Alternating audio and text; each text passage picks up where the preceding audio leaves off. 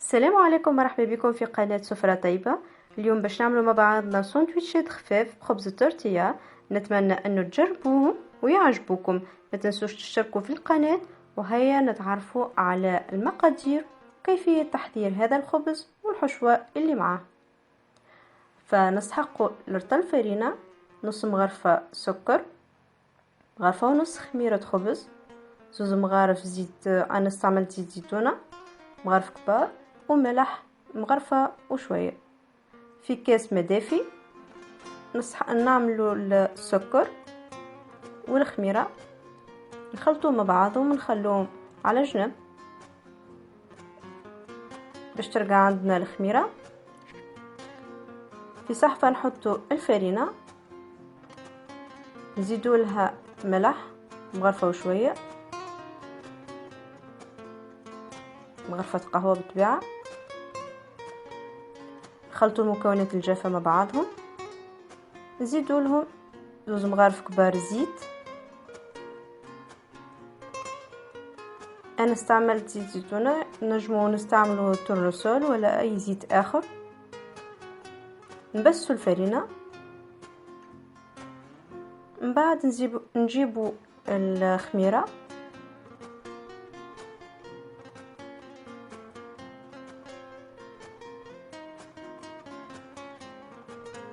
نصبوها ونخلطو. وبالطبيعة نستحقو نزيدو شوية ماء باش نلمو بيه الفرينة.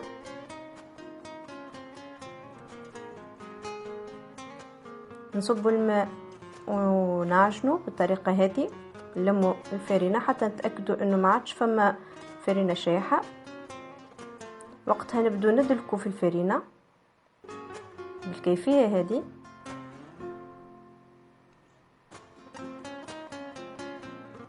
حتى نتحصلوا على عجينة تكون رطبة. نجيبو بلاطو ندهنوه بالزيت باش من بعد ما تتلصق لناش العجينة، وكيف كيف ندهنو يدينا ونقسمو العجينة متاعنا كويرات برسك نفس الحجم، ونخلوهم حتى لين يتخمروا.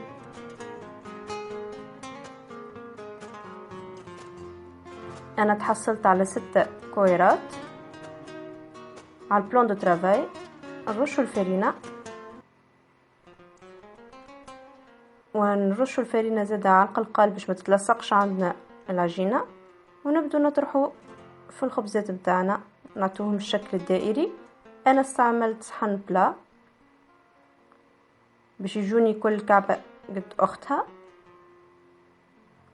في تيفال نحطوا كعبات الخبز متاعنا، اذا يبدا عندنا دوبلاش فقاعات هواء نقلبوهم للوجه الاخر حتى لين تعطي الكولور هذا، وتبدا تتنفخ عندنا الخبزات. كل مره نبقوا نقلبوا من وجه لوجه. والخبز هذا يلزمو يتغطى باش ما يشيحش ويبقى لونه ابيض. بعد ما كملنا الخبزات نحضروا الحشو متاعو. سحقيت السلطه، زوز كعبات بصل، زوز كعبات طماطم، والفلفله قصوا البصل جوانح، الفلفله بالطريقه هذه، والطماطم كيف كيف حتى هو جوانح.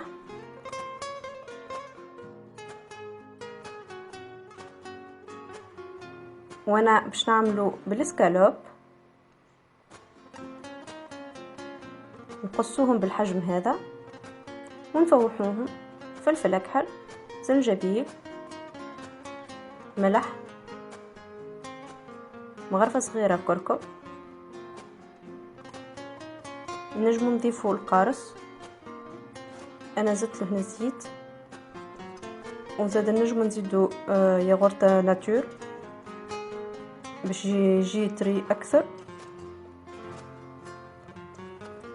في تيفال حطيت شويه زيت، حمرت فيه البصل ياخذ الكولور هذا، نحيه على جنب. بعد ما يطيب هكاكا في نفس الزيت نحطو الفلفله، نحمروها حتى هي، اما ما نطيبوهاش على الاخر، نخلوها فيها تبقى شويه نيه باش تبدا تعطي لي في كوكون.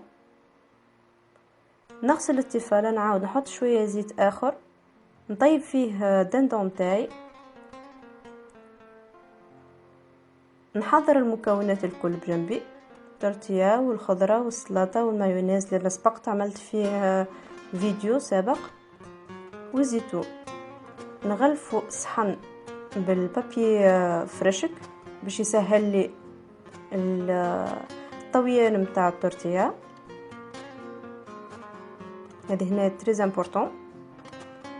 ندهنو التورتيا متاعنا بالهريسه، نجمو نستغنوا عليها، انا هذه اقتراح متاعي. ندهنو بالمايونيز،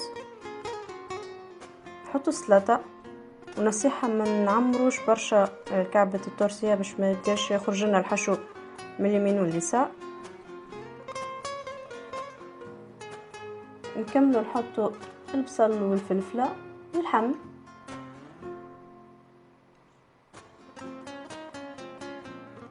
هنا اللحم كل واحد كيفاش يحب الطياب نتاعو، انا نخليه نقص شويه طياب يبدا طوندر معناه. نحط الطماطم والزيتون اللي نحيت له الماء نتاعو، ونغلف التورتيه نتاعي بالبابيي كيما تشوفوا باش يشد روحو. هذه التورتيه نتاعي حضرتها، وهذا كيفاش يبدا شكلها من داخل، ورافقتها بالبطاطا مقليه. ان شاء الله تعجبكم الساندويتشات هذوما وتجربوهم. ما تنسوش تشتركوا في القناه اذا عجبوكم، وتبارطاجيوهم مع اللي تحبوهم. والى اللقاء في وصفه اخرى ان شاء الله.